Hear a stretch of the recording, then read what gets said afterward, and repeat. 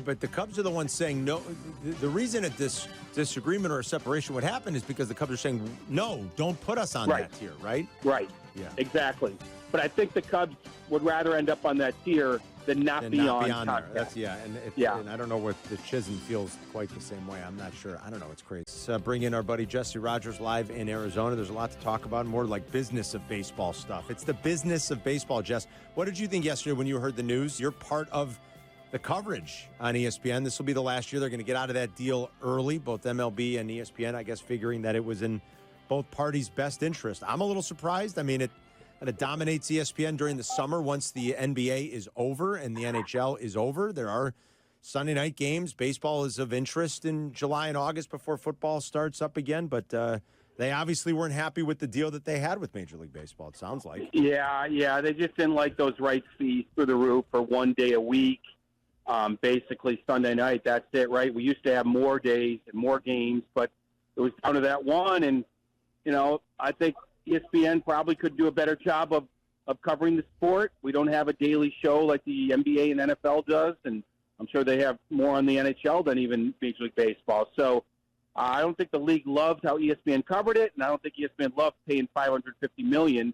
I'm not sure where the league's going to make it up. I don't think they're going to get that from any of the streamers. So maybe there's a new deal to be had. Sometimes you opt out and you sign back like a free agent. But right now, I mean, this wasn't a shock to people that work there like myself. Okay. But right now, ESPN and baseball are out of the business to get out of business starting in 26. 25 will be the same.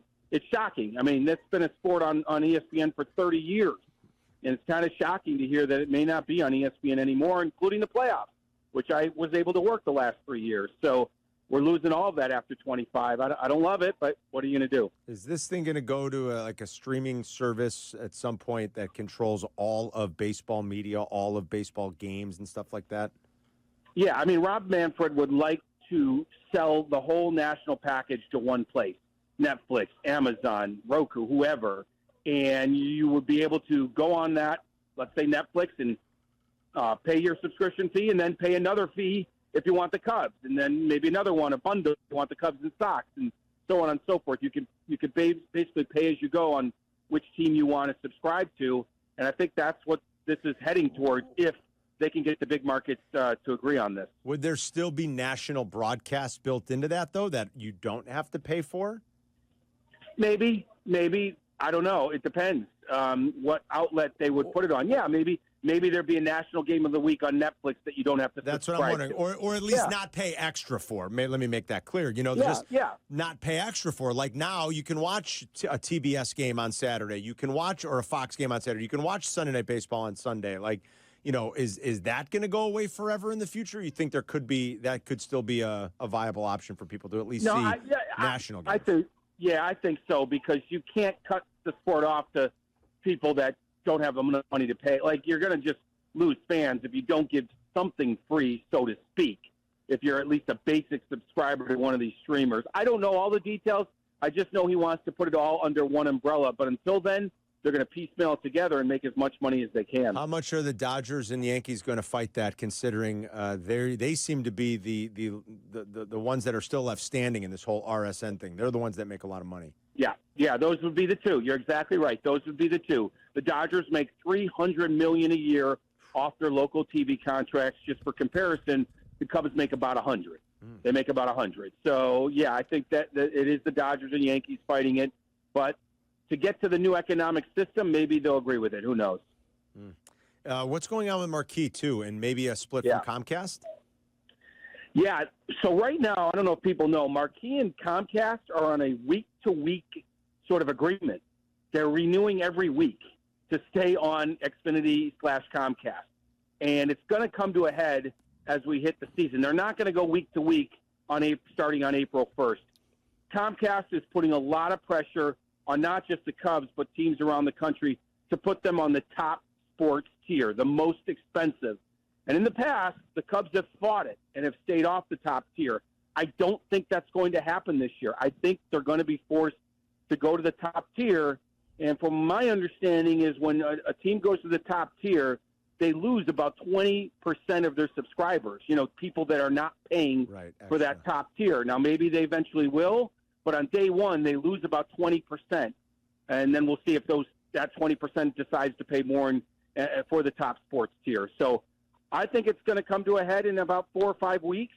And do I think Marquee will be on Comcast? I do, but I think they're going to end up on the top sports tier. That's my feeling of it today, and that means it's going to be more money for some people that don't subscribe to that tier. Sounds like it's the same fight that they're having with Chizen, though, right? That they were arguing over the tiers. Do you think that? Yeah. Do you think that side of it gets revolved? I mean, the NBA season's down to about 25 games left, and they haven't figured it out. So will they rectify that? And will Chizen just say, okay, we'll accept it, or do you not think that? Are they more dug in, maybe? Yeah, I will say this: Comcast is the side that's dug in. Oh. So I will say that the Cubs are in a little bit better position than Marquee is than CHSN, just from the people I've talked to. You're right. Look how long it's gone with CHSN, and it's not like the stocks are such a product that everyone's clamoring for a deal to get done. This is why Comcast has some leverage here, because it's not like the teams have much leverage because they stink, and no one's clamoring for them the way they would be if they were really good, at least. So I think the Cubs and Marquee are in a little bit better spot, partly because the Cubs are a decent team and people want to watch them than CHSN, but both might be forced to be in that top tier. We'll see. But the Cubs are the ones saying no. The reason a disagreement or a separation would happen is because the Cubs are saying, no, don't put us on that tier, right? Right. Yeah. Exactly. But I think the Cubs would rather end up on that tier than not be on there. That's and I don't know what the Chizen feels quite the same way. I'm not sure. I don't know. It's crazy. All right. So and then the automated balls and strikes thing, and I guess I'm a little foolish. Like I thought someday the machine was just going to call all the balls and strikes.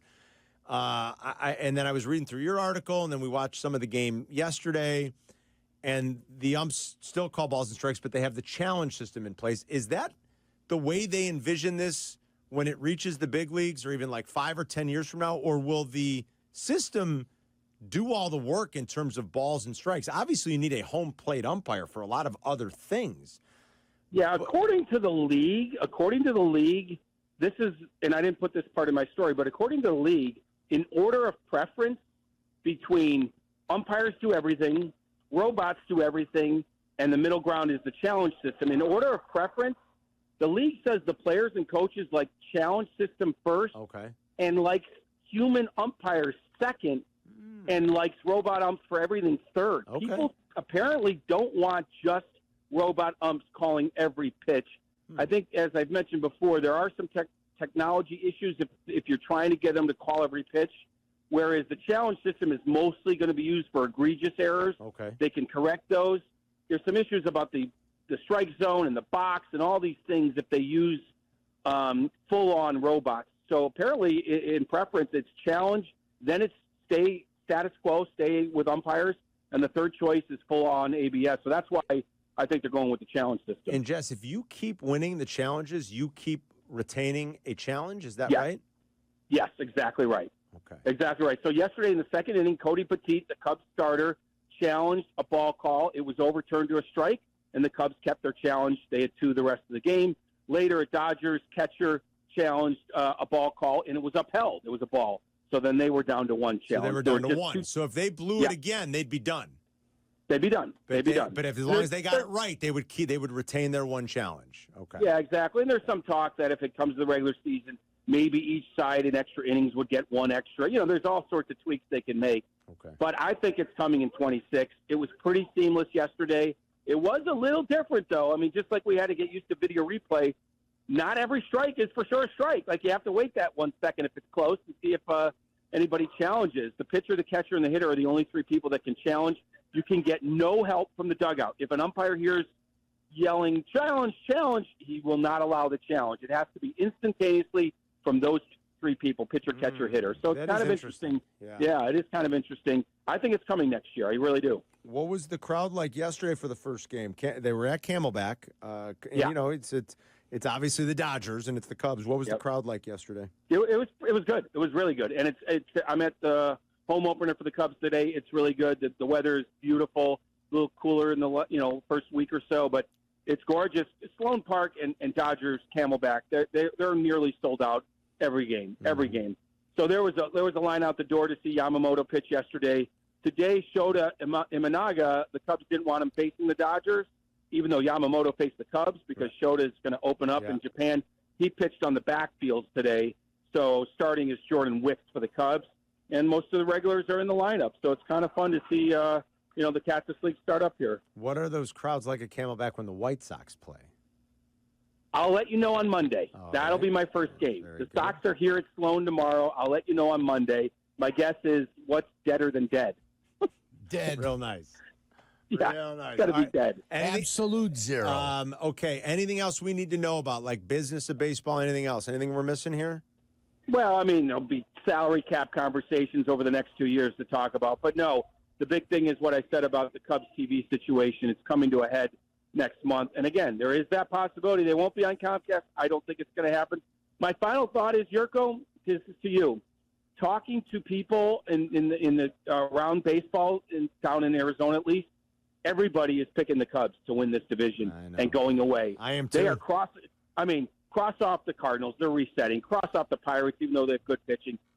I mean, you can never count out Milwaukee, but it is a three-team race with Cincinnati. I like the Reds a little, Jess. I was just telling York, I like some of the additions.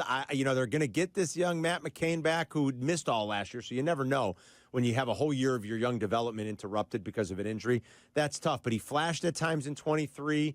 They added a pitcher. They added Lux. They added Terry Francona. You look what he did when he went to Cleveland. They were like a 68-win team before Terry Francona got there, and they won 92 games the next year, you know? I'm doing a sit-down with Francona on Sunday, so I'm going to get a real feel for the Reds for Waddle. But, I mean, the point is, this is Craig Counsell's time to shine, Jurko. Yeah. I mean, you know what it means, don't you, Jess? If they don't get it done, how horrific can it be? That'd be pretty bad. If they don't win the division. Yeah. If they don't get in the playoffs, Jed Hoyer is going to have to put up his house for sale. That's all I can tell you. I mean, they got to get there. They got to get there for Jed's sake. Now, Craig has 3 more years. But I do feel like in his second year, I know it's a little cliche, but I see it every day, he's much more comfortable in his own skin in a Cubs uniform than he was a year ago. So those buttons a manager has to push, he can hopefully do it earlier in the year, and they can get off to a good start. My son asked me I told him, I said, well, I'm not going to pick the Dodgers to repeat because, how could you not? And, he starts rattling off the lineup. And I'm like, listen, it's hard. Repeating's hard. Baseball's weird. When was the last repeat baseball? The Yankees? Early 2000s? Yankees, yeah. Yeah, I said, Gio, it's been 25 years. I said, they're great. They're going to win 105 games. I said, I won't pick them. He said, well, then who are you picking? And I said, that's a good question. I said, I haven't made up my mind yet. I said, let's ask Uncle Jesse. I said, maybe Arizona. They added Corbin Burns. Maybe Atlanta. I don't know. Who do we like if we're not going to pick his point was, well, if you're not going to pick the Dodgers, who would you pick to win the World Series? And I did it. I have to admit, it's a tough thing to answer. I'm like, because I can poke holes in a lot of teams. The Dodgers seem like the safe choice, but it's hard. So who else, Jess? I mean, the Yankees would be a good choice. Yeah. They added Max Fried. You know, they replaced Soto pretty well. I mean, the Mets are going to be good. I don't know if I'd pick them to win the World Series. That's what I said. Because they're in the NL with the Dodgers. I mean, the Yankees are as good as a choice as any. But let me go back to the Dodgers because you're picking against them. It's funny you bring them up. So yesterday the Cubs played over there. I went into the locker room after the game, and there was not a lot of players in there in that moment. I'm looking at the stalls. You know, they have the names above the stalls. And I'm looking at it like it's an all-star team locker room. I'm looking. It's Blake Snell. It's Shohei Ohtani. It's Freddie Freeman. It's Teoscar Hernandez. It's one after another after another. And I'm like, my God, this is not an all-star team. But it is. It's ridiculous. So, and then there's David Bodie. David Bodie. It was the funniest thing. I'm looking at all that. Then there's David Bodie, and then he came out and I said hello to him. He's on a minor league deal. I don't know how he breaks camp with the Dodgers. If David Bodie breaks camp with the Dodgers, the biggest upset in baseball. So it's hard to pick against them because they have redundancy. I know. You know, they've had pitching injuries, but they signed Snell. You know, I met Roki Sasaki, and the translator wasn't there, and I just said, you know, my stupid broken Japanese. I'm like, Cub. I'm just like, what about Cub? And he just nodded at me, Cub, and he repeated it. So I wish we had this on video. Wait a minute. You walked up to Roki Sasaki and said, Cub, Cub, Jesse Roger, Cub. What are you? I said, what about Cub? And I was looking for the translator because nobody else is around, and he wasn't there, and he just kind of nodded at me. They're so polite, the Japanese players. They just said Cub. Amazing. At this point, Jesse, at this point, with all the influx of Japanese players, You should learn it. is it not incumbent upon you at least to get some introductory stuff? Right. Where you can introduce yourself at the very least and say, where is your translator?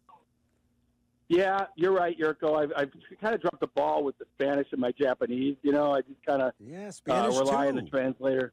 Yeah, I would have liked to talk to him about how the Cubs presented to him. And remember, the White Sox made a pitch, right? That lasted. That wasn't very long. Yeah. 12 minutes. So, sure they did. Yeah.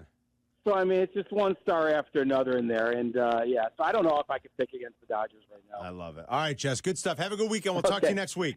You got it. See ya, Jurko. I love you, buddy. All right, Jesse. Good hit there with Jesse. And we got breaking news. Brought to you by the Advantage Dealer Group. Breaking news on ESPN Chicago, Chicago's home for sports. Is it that Jesse's been fined for harassing Roki Sasaki? Couldn't wait for Jesse to shut the hell up. Oh, come on. That was hilarious. My God. All right, what According happened? to Mike Garafolo, the Bears are releasing DeMarcus Walker. Yes. All right, big deal. We knew How much savings? $5 million. Yeah, about $5 million, I think. Big deal. It's football. We come knew on. both of those were going to happen. Those are fait accomplis. Yeah, but it's happened. Yeah, so it's knowing an extra. it's going to happen or it happening are two different things. They're now over $70-ish million in. I like it. Cap room. Now remember, And if they need 80. if they need 80, they could release Cole Kmet. They are going to allocate some to a couple of their guys that they're going to want to keep. I assume at some point, yes. 100%. They've got some restricted free agents and some. I don't know if any of their unrestricted guys, but like some of their restricted younger guys, Yerk, that they're going to want to keep, that some of that money will go to. Well, I mean, Tevin's not staying, right? No, that's what I'm saying. He's an unrestricted. Right. Yeah. So he's gone, so you're not worried about him. Yeah. There's one more guy that's unrestricted. They're not going to get him, so. I think Coleman Shelton, I want to say, wasn't that a one-year deal? I believe he's an unrestricted whoever. free agent. Yeah. Have a great life. We need to teach Jesse that in modern age, though, you don't necessarily need the translator because of Google Translate. So what does that say? Here, I'll put it up to the front. I'm Jesse. All right, so he could have walked up, instead of walking up to Roki Sasaki going, like showing him his credential, Cub. You choose Cub. And Cub. He says it louder. I mean, they're like, Cub. Yeah, and Roki Sasaki's like, what? Twitch chat is pointing out that Jesse didn't even give him proper English. He gave him broken English with, what about Cub? What about Cub? What about Cub? Roki, what about Cub? It isn't fair. Jesse, you could just do this. Here, I put it in the Google Translate. Let's hear what it says. That's easy. Yeah, of course. Yeah, why couldn't you figure that out? Yeah, Did you consider the Cubs? Masaka. Now, you don't walk up to Roki and go, you Cub? You Cub? What? You Cub. Has Jesse ever left the country? I think he has. Could you imagine Jesse somewhere else trying to find a bathroom? Yeah. How come you don't speak American? Bathroom. Room. Me. Pee-pee. For the Bathroom. Yeah. For the pee-pee. He's just getting louder. He's not making any more sense. He pulls it out. Me, pee-pee. Yeah, that's why they call him Tiny. Come on, Jesse. It's as simple as that, Jess.